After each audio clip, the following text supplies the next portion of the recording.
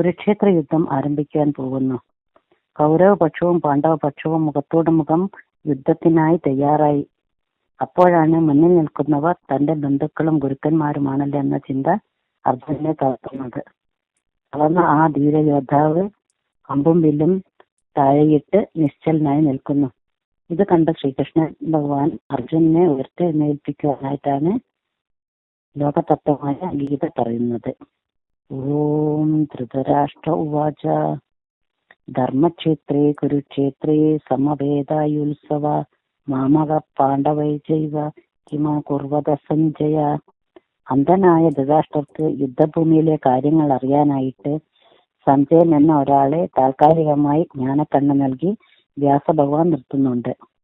ആ സഞ്ജയനോട് ധൃതരാഷ്ട്രർ ചോദിക്കുന്നത്, യുദ്ധം ചെയ്യാൻ തൽപരരായ എന്റെ പുത്രന്മാരും പാണ്ഡവരും യുദ്ധഭൂമിയിൽ എന്താണ് ചെയ്യുന്നതെന്ന്.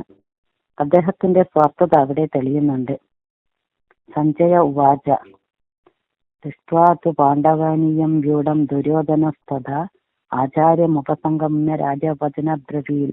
പാണ്ഡവ സൈന്യത്തിന്റെ ശക്തിയെയും ബലത്തെയും പറ്റി ദുര്യോധനൻ ആചാര്യനായ ദ്രോണരോട് പറയുന്നു, നമ്മുടെ അണികൾക്ക് കൂടുതൽ ശക്തിയും ധൈര്യവും പകരണമെന്ന്.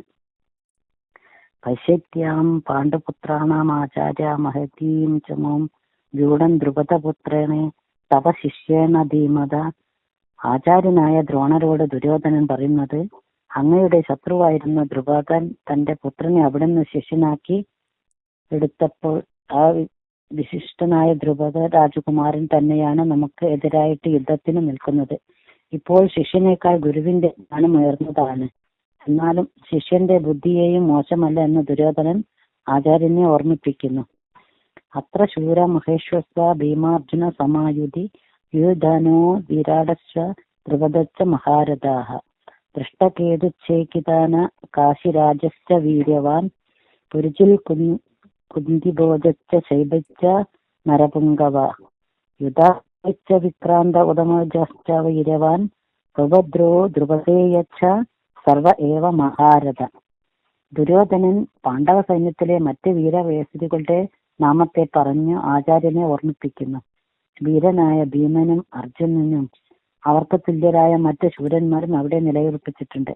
സാത്യകി, വിരാടൻ, ദ്രുപദൻ, ദൃഷ്ടകേതു, ചേകിതൻ, വീര്യവാനായ കാശിരാജാവും പുരജിത്തും കുന്തിഭോജനും ശൈബ്യനും യുധാമന്യുവും ഉത്തമജസും സുഭദ്രാപുത്രനായ അഭിമന്യുവും ദ്രൗപദിയുടെ പുത്രന്മാരും എല്ലാവരും മഹാരഥന്മാർ തന്നെയെന്ന് ആചാര്യനെ ഓർമ്മപ്പെടുത്തുന്നു.